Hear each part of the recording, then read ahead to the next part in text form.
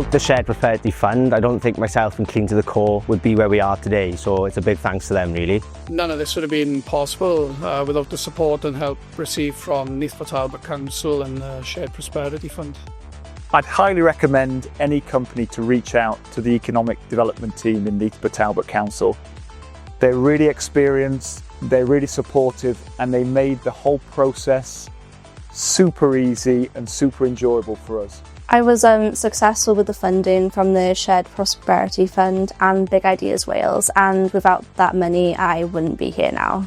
Without the support from Neath for Talbot Council and the Shared Prosperity Fund, we wouldn't have potentially been able to buy that equipment, employ these people on the back of it to allow us and that strategy to be in place.